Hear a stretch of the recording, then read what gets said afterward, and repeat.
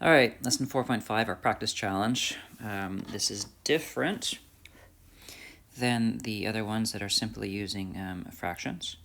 So the length of a rope is 13.5 feet. So this has a decimal instead of a fraction, plus an additional 0.5 n feet.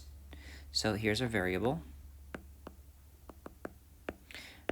Now what is the value of n if the total length of the rope is 19.5 feet?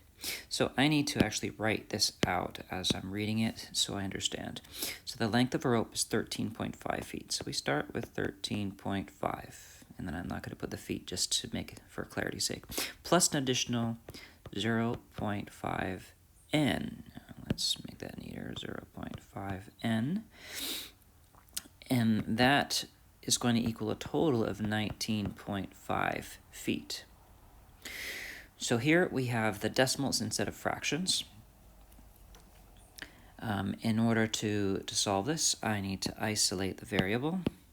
I have 0.5n over here. Then I have my constants.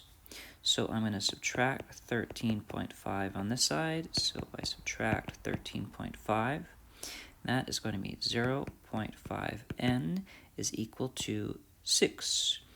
And we are talking about feet, so in our final answer we'll need to talk about feet.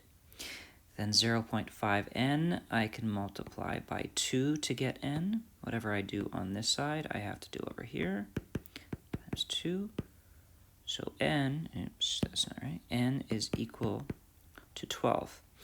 Now I need to check my answer just to make sure that I'm right. So 13.5 plus 0.5 times 12 should equal 19.5. So half of 0.5 is 6. 13.5 plus 6 is equal to 19.5, and apparently I did that correctly.